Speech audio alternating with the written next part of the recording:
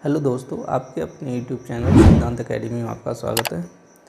देखिए, हम लोग पढ़ने वाले हैं एसएससी जीडी का कंप्लीट मैथ और प्रीवियस ईयर के क्वेश्चनों को भी हम लोग देखेंगे। देखिए, इसके लिए एक अलग से प्लेलिस्ट बना रखी है जिसमें आपको एसएससी जीडी के कंप्लीट कोर्स के सारे वीडियो फ्री ऑफ कॉस्ट मिलेंगे।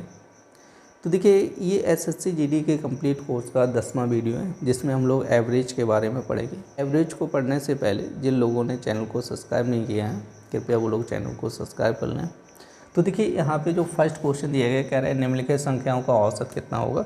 तो देखिए, सबसे पहले हम आपको बता दें कि औसत कैसे निकाला जाता है। इसके लिए एक फॉर्मूला होता है, जैसे औसत निकालने का। औसत बराबर क्या होता है कि संख्याओं का योग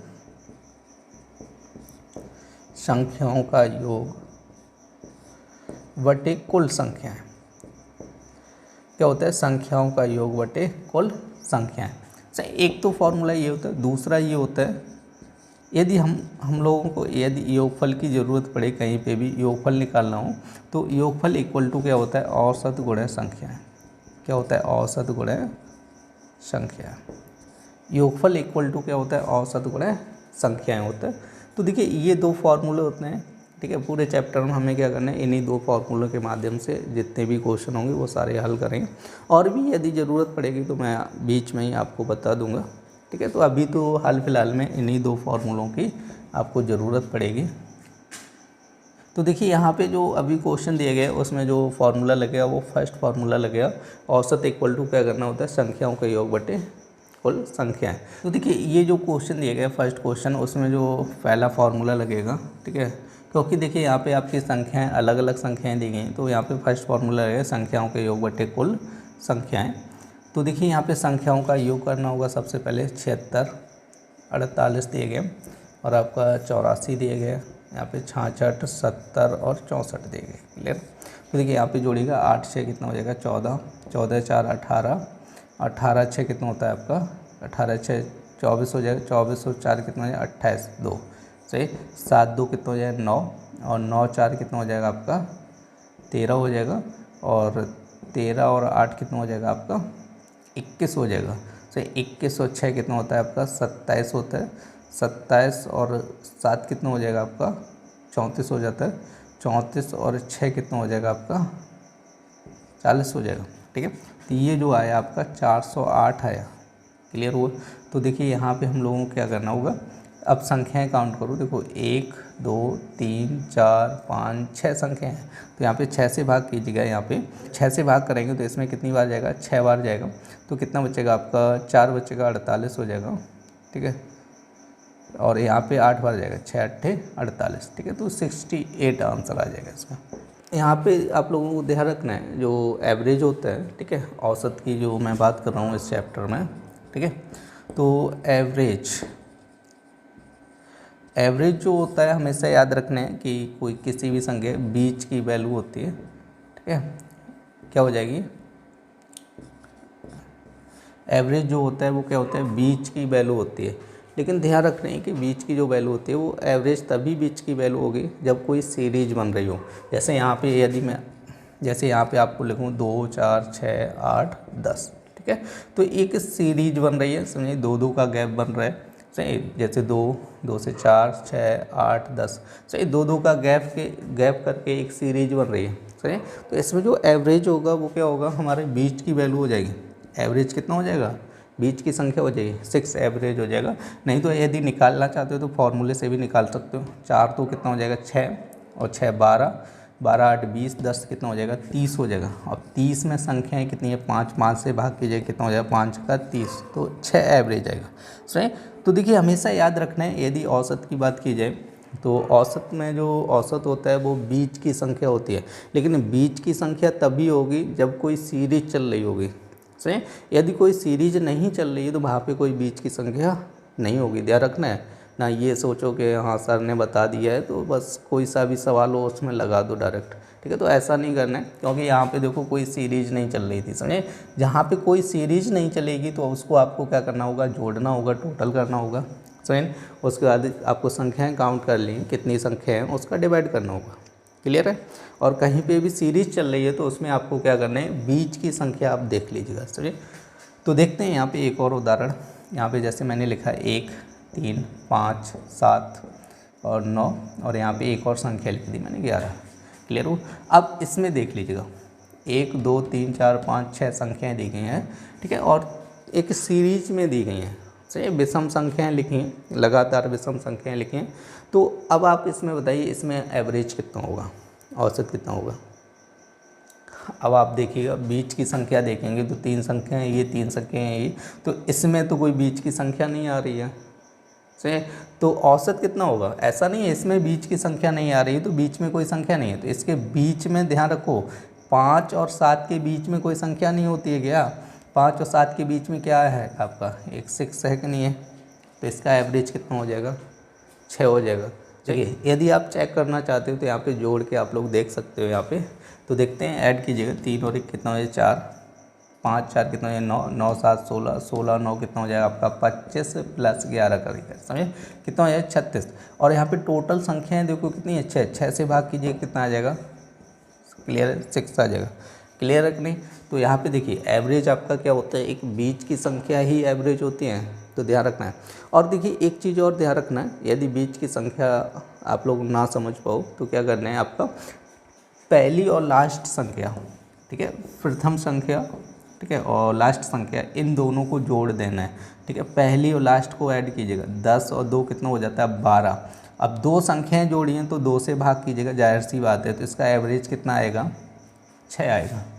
क्लियर, ये भी लॉजिक लगा सकते हैं लेकिन इस लॉजिक को भी वहीं पे लगाना है जहाँ पे सीरीज बन रही होगी, सही, और जहाँ पे सीरीज नहीं बन रही है वहाँ पे ये लॉजिक नहीं लगाना है, ध्यान रखना है इस चीज़ का, सही। अब देखिए इसमें भी यदि आप चेक करना चाहते हो चेक कर लीजिएगा, पहली संख्या कितनी है 1, लास्ट वाली संख्या कितनी है 11, तो इन दोनों को आप ऐड कर लीजिएगा, सही, जोड़िएगा 11 और 1 कितना है 12, 2 संख्याओं को जोड़ रहे 2 से भाग करो तो यहाँ पे कितनी बार जाएगा 6 बार, तो इसका एवरेज कितना आ जाएगा 6 आ जाएगा। आप लोगों को समझ आया होगा कि यदि आपकी कोई सीरीज बन रही है तो औसत कैसे निकालना है। पहली तो बात औसत होती है एक बीच की संख्या होती है, चाहे यदि बीच की संख्या से ना निकाल सको आप लोगों को क्या करना है, पहली और लास्ट संख्या को क्या कर लेना, जोड़ लेना है और 2 से डिवाइड कर देना, तो औसत पता चल जाएगा, क्लियर है।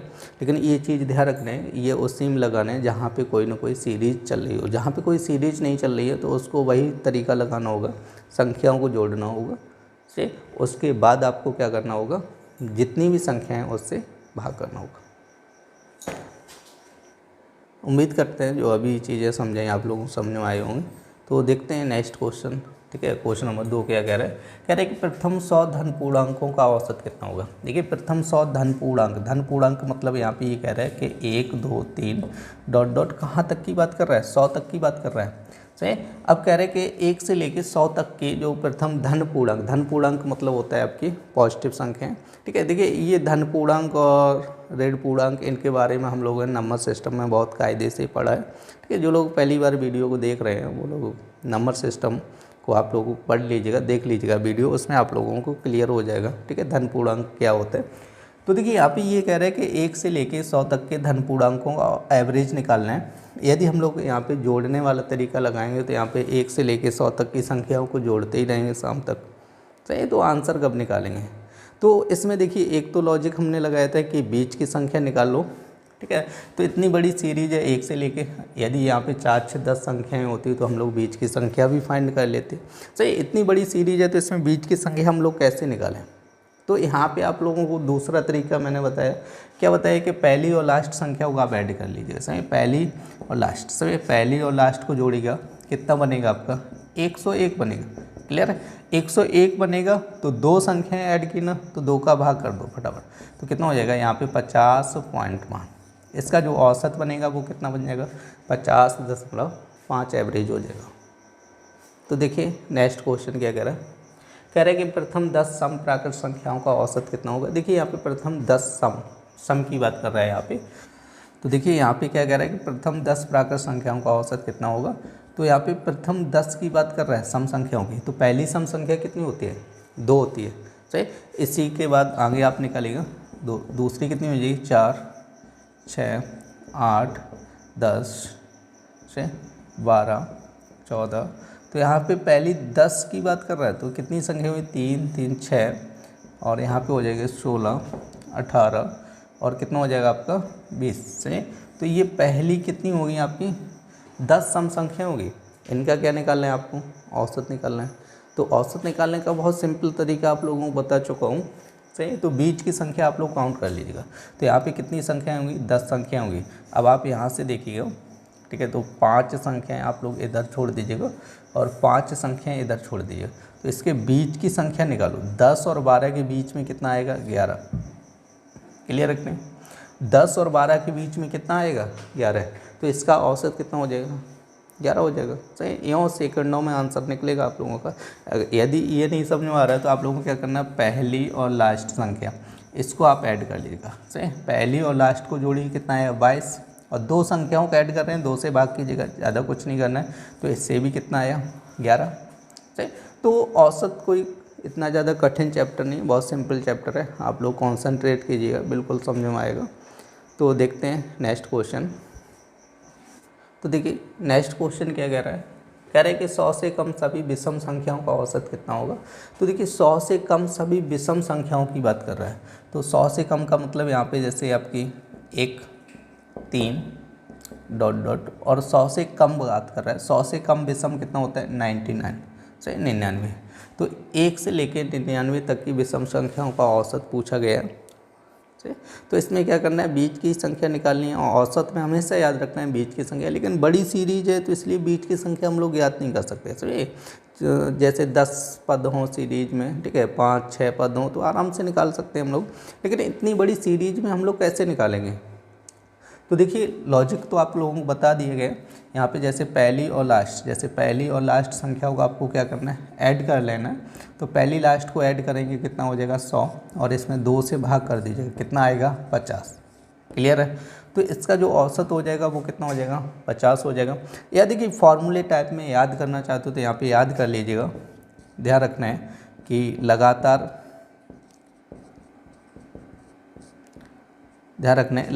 विषम संख्याओं का औसत, विषम संख्याओं का औसत इक्वल टू कितना होता है, n हो जाता है, ठीक है।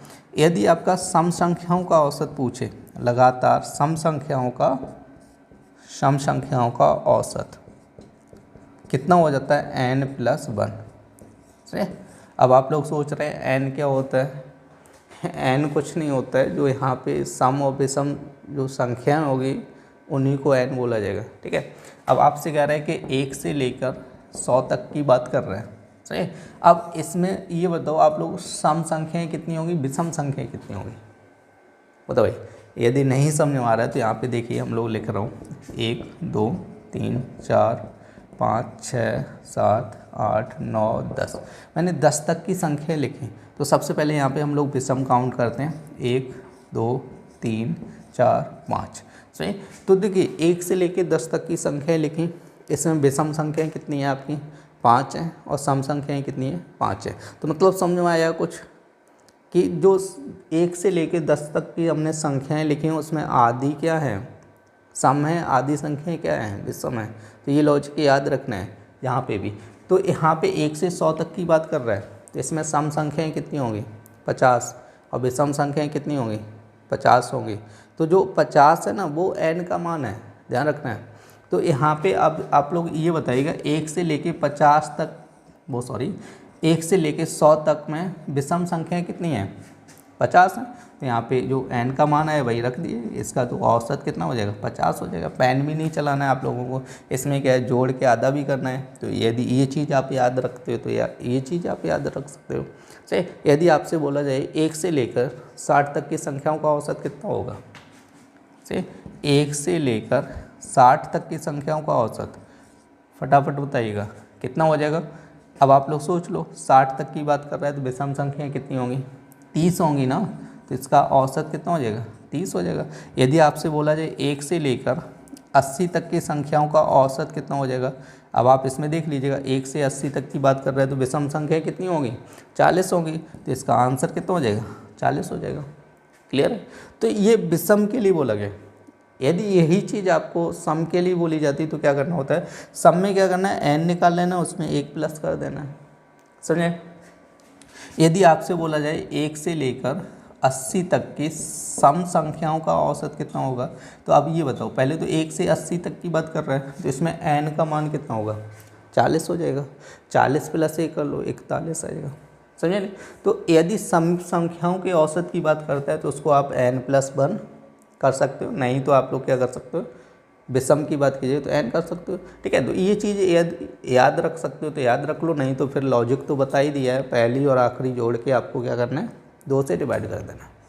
देखिए नेक्स्ट क्वेश्चन क्या कह रहा है, कह रहा है कि 50 तक की सभी सम प्राकृत संख्याओं का औसत कितना होगा। तो देखिए आप लोग निकाल सकते हैं, यहाँ पे 1 से लेकर 50 तक की बात कर रहे हैं, सही। तो आपको ध्यान रखना है कि अभी एक लॉजिक बताया, सम के लिए क्या होता है, n+1 होता है। तो अब बताओ 50 तक की बात कर रहे हैं तो इसमें n का मान कितना है, 25, समझे। तो 25 + 1 कितना हो जाएगा, 26। क्लियर है। एक तो ये लॉजिक लग जाएगा, दूसरा क्या लगेगा, एक से लेके 50 तक की सभी सम संख्याओं की बात कर रहा था। तो अब आप बताओ इसमें, देखिए सम संख्याएं आपको लिखनी होगी। पहली सम संख्या कितनी होगी आपकी, 2, 4, 6 और लास्ट वाली सम संख्या लिखो। तो लास्ट वाली जो 50 है वो सम संख्या है। क्लियर है कि नहीं। तो अब आप लोगों को क्या करना है, पहली और लास्ट जोड़ेगा, सही। तो पहली लास्ट जोड़ेंगे तो कितना हो जाएगा, 52/2 कीजिएगा तो कितना आ जाएगा आपका, 26 आंसर आ जाएगा। क्लियर है। तो देखिए हमेशा याद रखना है, ये कॉन्सेप्ट हमेशा लगेगा सम विषम का। ठीक है, मतलब सीधी सी बात है कि यदि आपकी कोई सीरीज बन रही है, कंटिन्यू संख्याएं दी गई हैं, तो उसमें ये कॉन्सेप्ट हमेशा लगेगा। देखिए नेक्स्ट क्वेश्चन क्या कह रहा है, नेक्स्ट क्वेश्चन कह रहा है कि 3 के प्रथम 5 गुणजों का औसत क्या होगा। तो देखिए यहाँ पे गुणज की बात की गई है।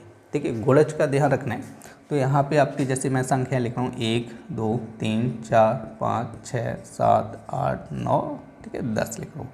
अब देखिए ये 10 तक की संख्या है, इसमें यदि मैं 7 का गुणा कर दूँ, सभी में कितने का गुणा करूँ, 7 का। ठीक है, सभी में 7 का गुणा कर रहा हूँ। ठीक है,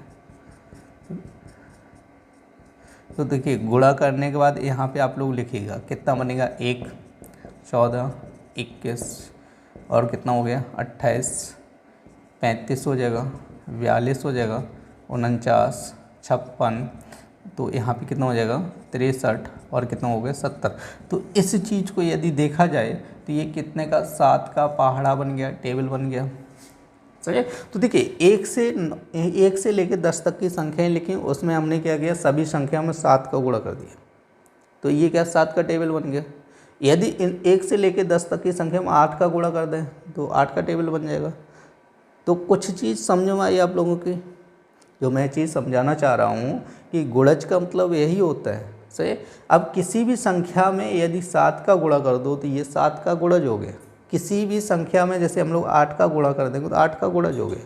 सही। तो यही चीज़ यहाँ पे कह रहा है कि प्रथम 5 गुणजों का औसत, कह रहे कि वो सॉरी यहाँ पे ये कह रहे हैं कि 3 के प्रथम 5 गुणज। अब 3 के प्रथम 5 गुणज का मतलब ये हो गया कि 3 का गुणा करना है आपको, 1, 2, 3, 4, 5 तक गुणा करना है। समझो है कि नहीं।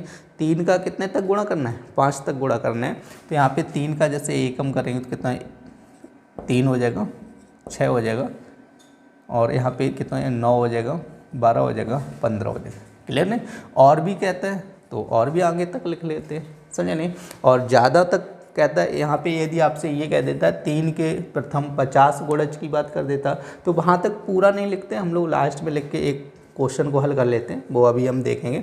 तो यहाँ पे देखिए आपके 5 गुणज की बात कर रहे हैं तो 5वां गुणज कितना हो जाएगा, 5 का गुणज करो, 5 दिया 15। अब इसका क्या निकलना है आप लोगों को, औसत। तो देखिए एक सीरीज बन रही है, यदि आप लोग चाहते हो तो यहाँ पे 2 इधर 2 इधर, बीच का मान हो जाएगा एवरेज। तो यहाँ पे औसत की बात करें तो कितना बनेगा, 9। यदि आप लोग नहीं चाहते हो तो ऐसे निकाल लो, पहली और लास्ट जोड़ लो। पहली और लास्ट जोड़ोगे तो 3 + 15 करोगे कितना हो जाएगा, 18। 2 संख्या ऐड कर लो। अब 2 से भाग करना है, 2 संख्या ऐड की कितना आएगा, 9 आ जाएगा। क्लियर है। तो यदि यहीं पे आपसे बोल देता है कि 3 के प्रथम 50 गुणजों का औसत कितना होगा, तो 3 के प्रथम 50 की बात कर रहा है तो पहला तो पता है ना 3, दूसरा 3 दूनी 6। अब 50वां गुणज कितना होगा, आपको कुछ नहीं करना है, 3 × 50 कर लो, 50 दिया कितना होता है, 150 हो जाता है। तो यहाँ पे लास्ट वाला गुणज कितना हो जाता है, 150। क्लियर है। समझाया। तो अब आपको क्या करना है, पहली संख्या और लास्ट वाली संख्या को ऐड कर लेना है, जोड़ लेना है। तो 3 और 150 को जोड़िएगा, कितना हो जाएगा 153/2 कर दीजिएगा, कितना हो जाएगा 2 सत्ते 14, 1 बचेगा, 2 छक 12, 1 बचेगा, पॉइंट 2 पंचहत्तर, 76.5 औसत आ जाएगा। क्लियर है। तो देखिए हमेशा याद रखना है, कभी भी एग्जाम में यदि गुणज वाला क्वेश्चन आता है तो आपका गलत नहीं होना चाहिए। देखिए नेक्स्ट क्वेश्चन क्या कह रहा है, कह रहे 5 संख्याओं का औसत 10 है, कह रहे कौन सी संख्या जोड़ी जाए तो औसत कितना हो जाए 12 हो जाएगा।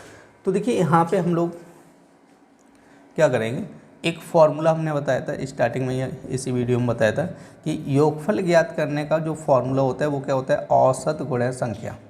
क्या होता है, औसत गुणे संख्या। क्लियर है कि नहीं, तो ध्यान रखना है। तो यहाँ पे कह रहे हैं 5 संख्याओं का औसत कितना दिए 10, तो हम लोग क्या करेंगे 5 संख्याओं का योग, देखिए 5 संख्याओं का योग निकालेंगे। तो 5 संख्याओं का योग निकालेंगे तो औसत गुणा संख्या, औसत कितना है 10 और कितनी संख्याओं का औसत है 5, तो कितना हो जाएगा 50।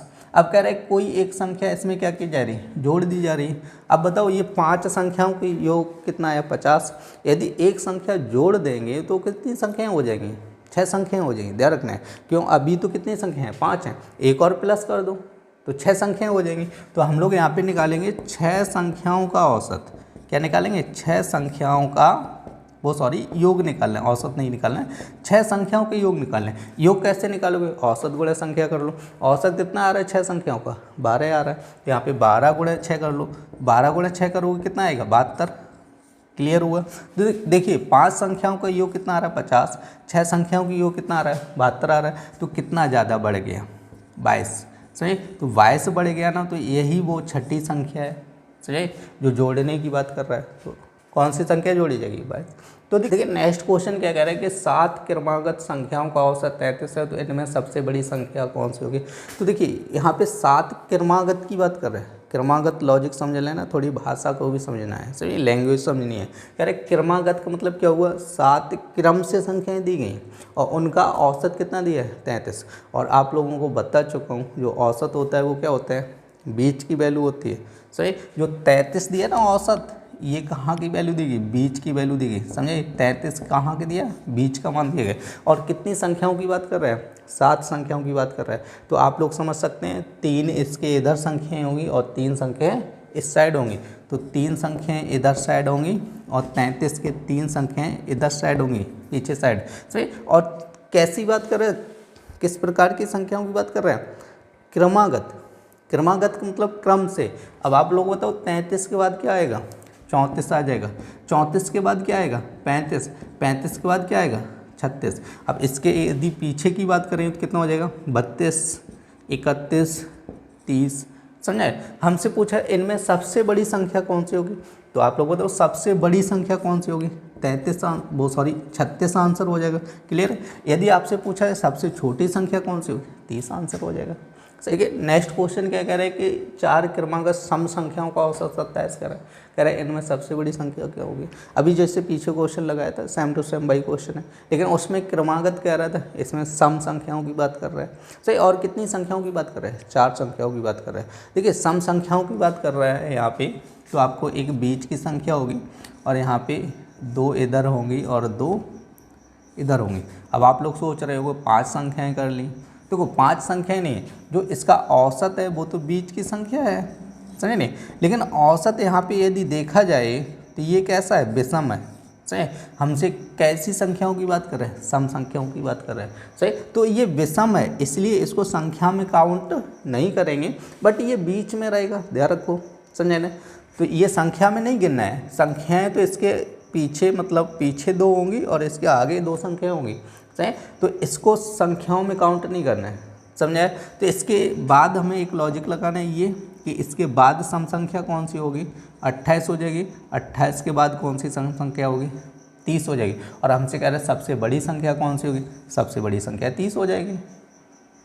देखिए नेक्स्ट क्वेश्चन क्या कह रहे हैं कि सतत 5 विषम संख्याओं का औसत 95 कह रहे हैं, आरोही क्रम में चौथी संख्या कौन सी होगी। देखिए सतत का मतलब होता है कि लगातार 5 विषम संख्याओं का औसत। तो देखिए 5 विषम संख्याओं का औसत की बात कर रहे हैं तो यहाँ पे 5 संख्याएं होंगी, क्लियर है? कितनी की बात कर रहा है? 5 विषम, तो 5 संख्या है। जो औसत होता है वो बीच की संख्या होती है, तो उसको बीच में लिख लो, सही। और सतत का मतलब होता है लगातार। अभी बताओ 95 के बाद कौन सी विषम होगी? 97। इसके बाद कौन सी होगी? 99। इसके पीछे कौन सी होगी? 93। इसके बाद कौन सी होगी, मतलब इससे पीछे कौन सी होगी? 91। अब इनको कह रहे हैं कि आरोही क्रम में चौथी संख्या कौन सी होगी? सही। तो आरोही अवरोही क्रम आप लोगों को आना चाहिए, सही है। तो यहाँ पे अवरोही क्रम में चौथी संख्या आपसे कह रहे हैं, तो देखिए यहाँ पे आप समझ लीजिएगा।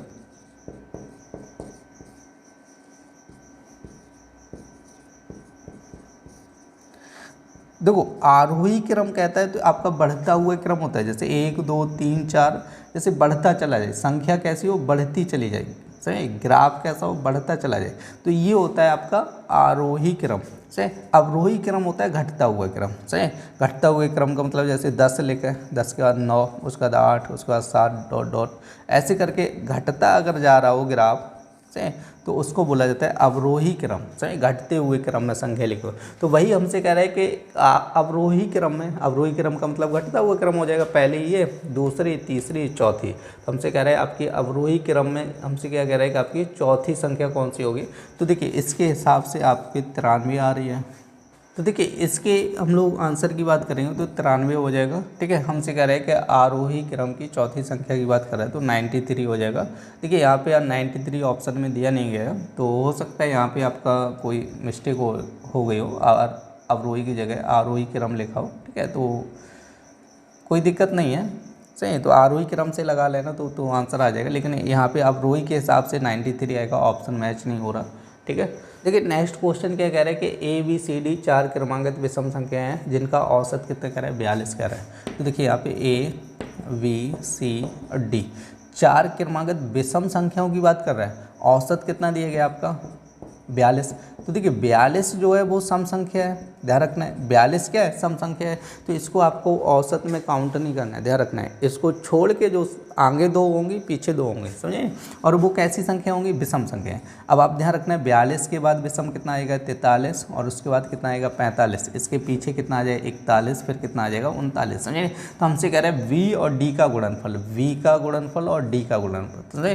तो 45 गुणे 41 करना होगा। अब देखिए 45 गुणे 41 आप लोग कर लीजिएगा, 1 का गुणा करेंगे कितना आ जाएगा? 45, और 4 का गुणा कीजिए, 4 पंचे 20, 2 4 चौक 16, 2 कितना हो जाए? 18। तो देखिए 5 4 और ये 1845, समझे।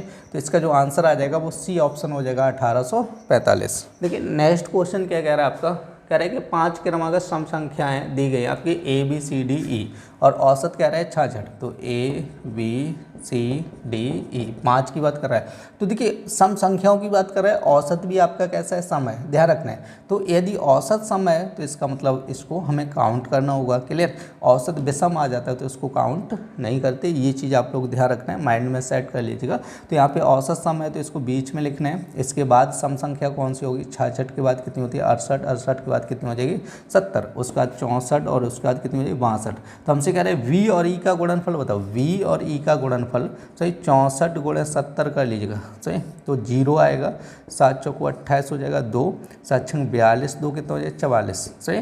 तो 4480 आंसर हो जाएगा, ठीक है। तो ये ऑप्शन आपको कुछ भी नहीं दिया, तो यहाँ पे लगा देना ऑप्शन नंबर ई, इनमें से कोई नहीं। देखिए नेक्स्ट क्वेश्चन क्या कह रहा है आपका?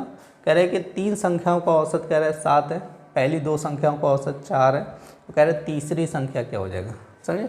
तो यहाँ पे आपका कह रहे हैं 3 संख्याओं का औसत कितना दिया? 7, तो 3 का योगफल निकालो। सो ये 3 का योगफल कैसे निकालेंगे? औसत गुणे संख्या, तो औसत गुणे 3 कर लो, 7 या 21। उसमें कह रहे हैं पहली 2 का औसत 4 है, तो यहाँ पे जो पहली 2 दी गई उनका योग निकाल लो।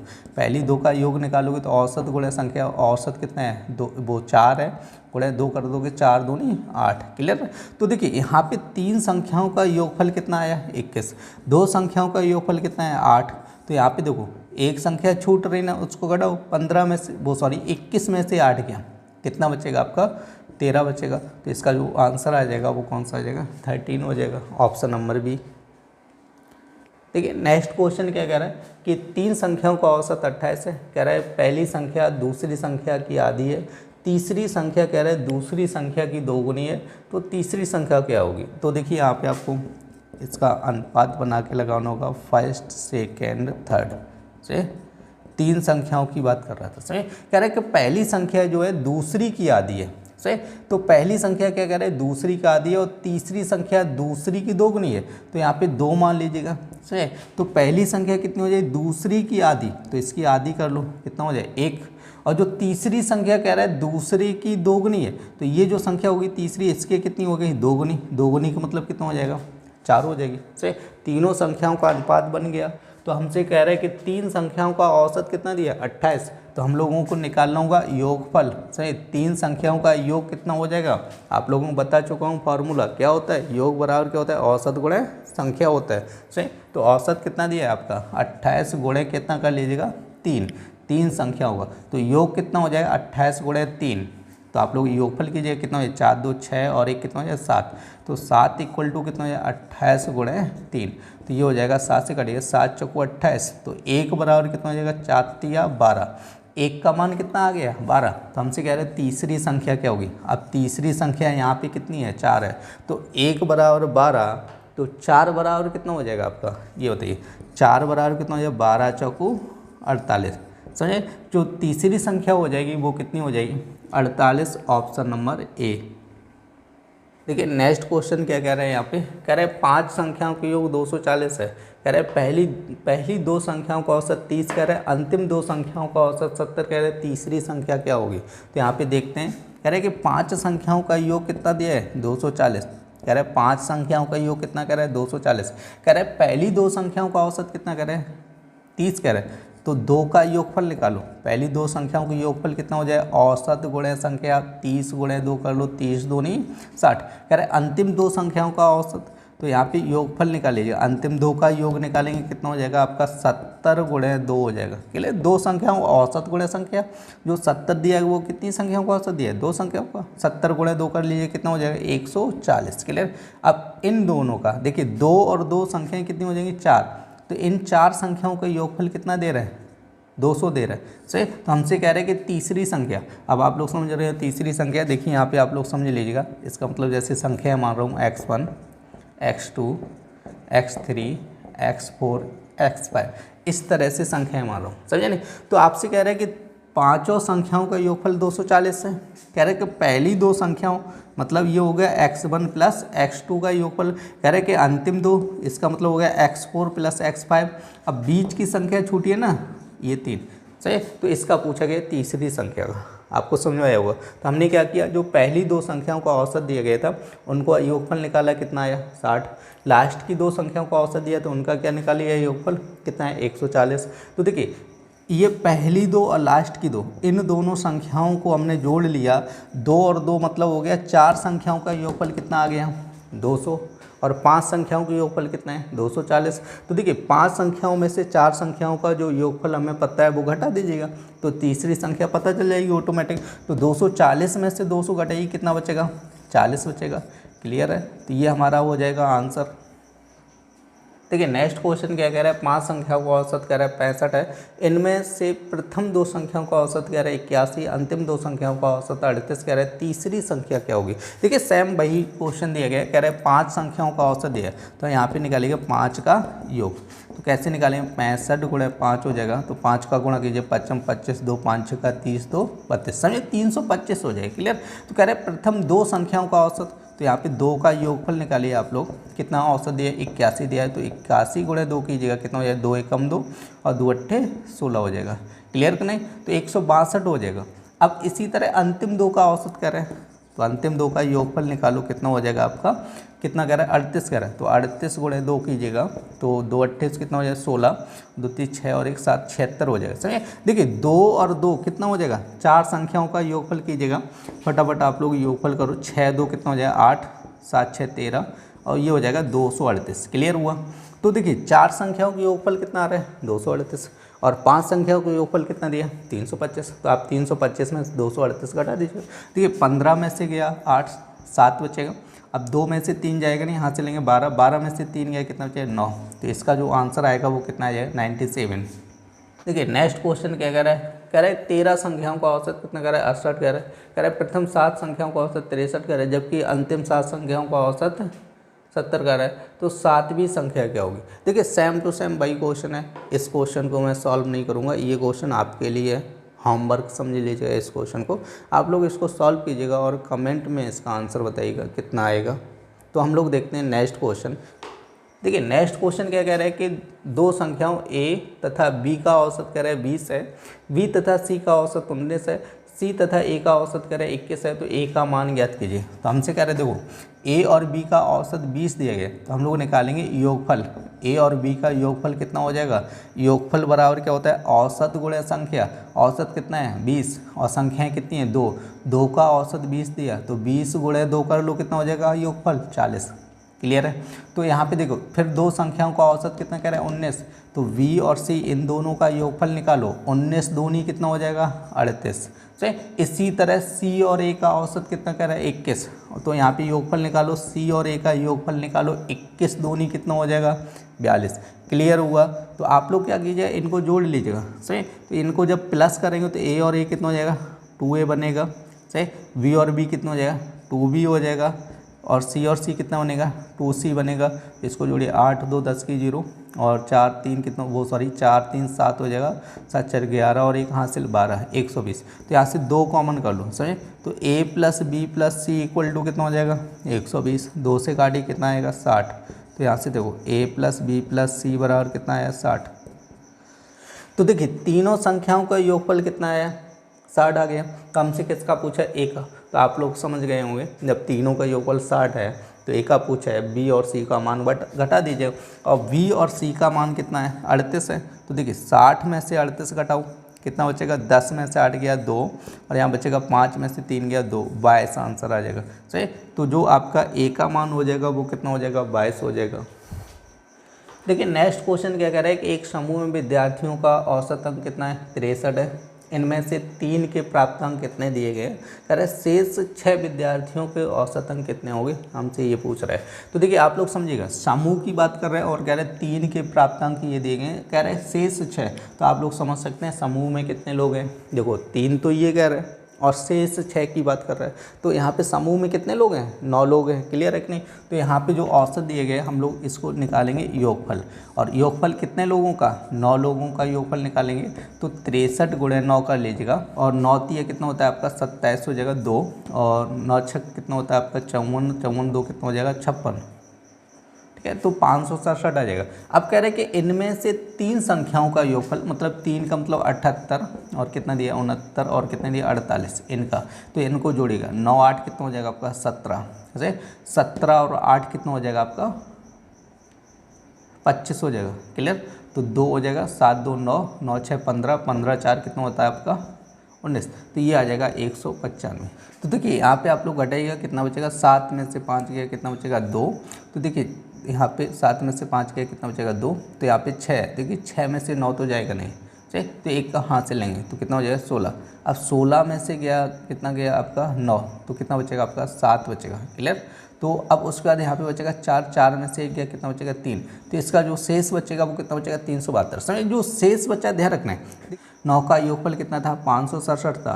ठीक है, 3 विद्यार्थियों को कितना दिया था 195। सही, तो 9 जो आपका विद्यार्थियों का योगफल दिया उसमें से 3 का घटा दिया, तो ये जो शेष बचा ना, ये शेष कितने लोगों का बचा 6 लोगों का। आप लोग समझ सकते हैं कितने लोगों को बचा 6 लोगों का। अब इसका हमें क्या पूछा गया, औसत पूछा गया। क्या पूछा गया, औसत। औसत बराबर क्या होता है संख्याओं का योग बटे, तो संख्याओं का योग पता है आपको 372 बटे कितना हो जाएगा 6, 6 से काटिए कितनी बार जाएगा 6 बार, 6 में चलते एक बचेगा 6 दूनी 12, तो इसका जो एवरेज आ जाएगा वो कितना आ जाएगा 62 आ जाएगा। देखिए नेक्स्ट क्वेश्चन क्या कह रहे हैं, किसी कक्षा के विद्यार्थी का औसत प्राप्तांक 68 है, कह रहे कक्षा में लड़कियों का औसत प्राप्तांक 80 है, और कह रहा है लड़कों का 60 है, कक्षा में कितने प्रतिशत विद्यार्थी लड़के हैं। तो देखिए यहाँ पे आपका कह रहा है कि विद्यार्थियों का, देखिए विद्यार्थियों का मतलब टोटल होता है, समझो।